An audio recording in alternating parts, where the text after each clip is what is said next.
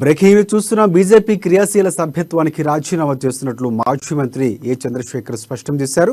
BJP రాష్ట్ర అధ్యక్షులు కేంద్ర మంత్రి కిషన్ రెడ్డికి శనివారం రాత్రి ఆయన రాజీనామా లేఖను రాశారు.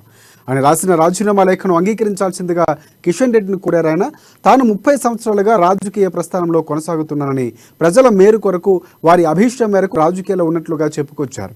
తెలంగాణ ఏర్పాటు కోసం ఎంతో కష్టపడ్డానని, ఎమ్మెల్యే పదవితో పాటు మంత్రి పదవిని సైతం త్యాగం చేసినట్లు ఆయన వెల్లడించారు. తెలంగాణ ఏర్పడితే యువకులకు ఉద్యోగాలు, రైతుల పొలాలకు నీళ్లు వస్తాయని భావించారని, కానీ అది కలగానే మిగిలిపోయినట్లుగా చంద్రశేఖర్ లేఖలో పేర్కొన్నారు. కేంద్రంలో ఉన్న బీజేపీతో అయినా తెలంగాణ ప్రజలకు న్యాయం జరుగుతుందని భావించి చేరితే భంగపాటుకు గురైనట్లు వెల్లడించారు.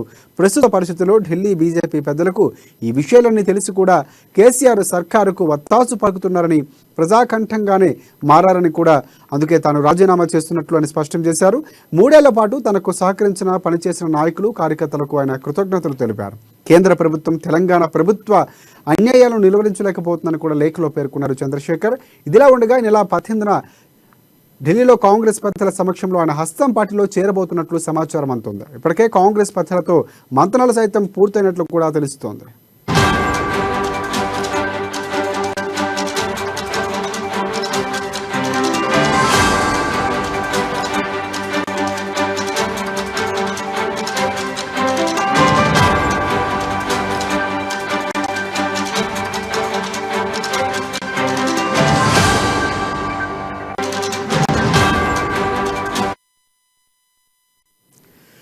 బ్రేకింగ్ ని చూస్తున్నాం. బీజేపీ క్రియాశీల సభ్యత్వానికి రాజీనామా చేసినట్లు మాజీ మంత్రి చంద్రశేఖర్ స్పష్టం చేశారు. బీజేపీ రాష్ట్ర అధ్యక్షుడు కేంద్ర మంత్రి కిషన్ రెడ్డికి శనివారం రాత్రి ఆయన రాజీనామా లేఖ రాశారు.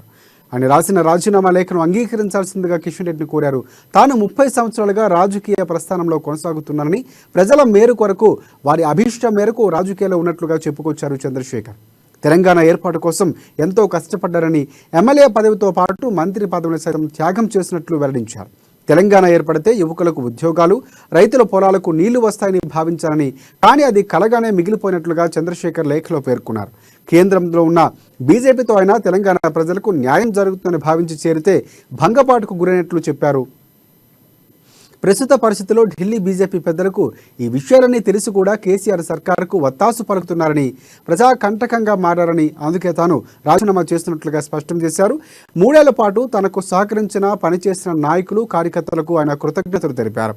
కేంద్ర ప్రభుత్వం తెలంగాణ ప్రభుత్వ అన్యాయాలను నిలువరించకపోతుందని లేఖలో పేర్కొన్నారు. ఇదిలా ఉండగా నెల 18వ తారీఖున ఢిల్లీలో కాంగ్రెస్ పెద్దల సమక్షంలో ఆయన హస్తం పార్టీ చేరబోతున్నట్లు సమాచారం అందుతుంది. ఇప్పటికే కాంగ్రెస్ పెద్దలతో మంతనాలు సైతం పూర్తయినట్లు తెలుస్తోంది.